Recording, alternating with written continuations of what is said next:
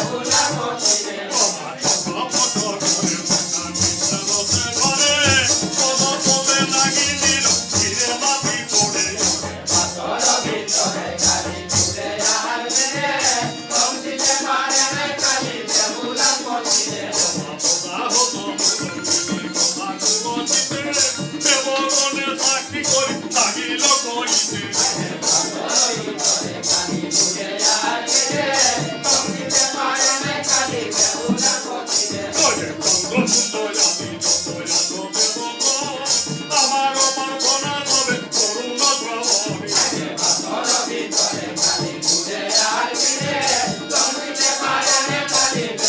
শ্রাবণী বিনা দোষে মেনে পতার ঘাত অন্তরে আঘাত মম বাজিল নির্ঘাত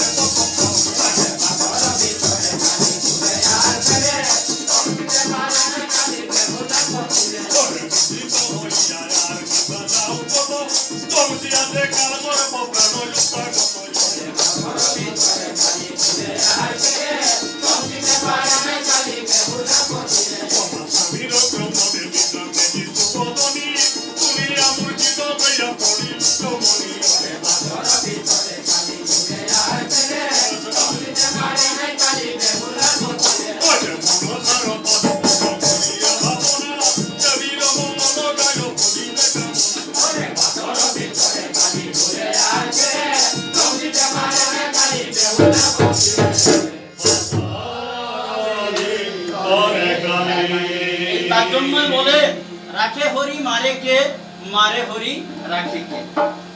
যখন আমরা মহাভারতে দেখেছি বা শুনেছি আর কি, সিরিয়ালে দেখেছি, পুরাণে শুনেছি, যখন পরীক্ষিত রাজা মাতৃগর্ভে ছিল, অশ্বত্থামা ব্রহ্মাস্ত্র নিক্ষেপ করেছিল পরীক্ষিতকে তার মাতৃগর্ভে শেষ করে দেওয়ার জন্য, পাণ্ডব কুলকে নিঃশেষ করার জন্য। কিন্তু ভগবান কৃষ্ণ অন্তর্যামী সেই কথা জানতে পেরে তার গর্ভে উত্তর আর গর্ভে সুদর্শনকে রেখে দিয়েছিলেন, যাতে ব্রহ্মাস্ত্র যেন কিছুতেই শিশুটাকে বধ করতে না পারে মাতৃগর্ভে। রাখে হরি মারে কে। কিন্তু পরবর্তীকালে সেই পরীক্ষিত রাজার যখন জীবনের অন্ধকার ঘনিয়ে এলো, ব্রহ্ম শাপে যখন তার 7 দিনের মধ্যে মৃত্যু হওয়ার কথা ছিল, ভাগবত পাঠ সুখদেব, ব্যাসদেবের পুত্র সুখদেব 7 দিন তাকে যমুনার তীরে এই ভাগবত পাঠ শুনিয়েছিলেন। কিন্তু তার মৃত্যুর দিন কেউ রোধ করতে পারল না। একটা আপেল ফলের মধ্যে তক্ষক নাগ, যেটা অভিশপ্ত ছিল, সেই দংশন করেছিল। তাই বলে রাখে হরি মারে কে, মারে হরি রাখে কে। তা ঠিক তেমনি এই চাঁদ সরাগরের ক্ষেত্রেও আমরা দেখেছি, পালাতে দেখেছি, পুরাণে শুনেছি। যখন তাকে মারার হলো, বিশ্বকর্মা নিজের হাতে সিজুয়া পর্বতে তৈরি করেছিলেন লোহার বাসর ঘর। সেখানে কিন্তু চিত্র ছিলই, কালীনাগ লক্ষিন্দরকে ধ্বংস করেই তার মৃত্যু হয়। ধন্যবাদ।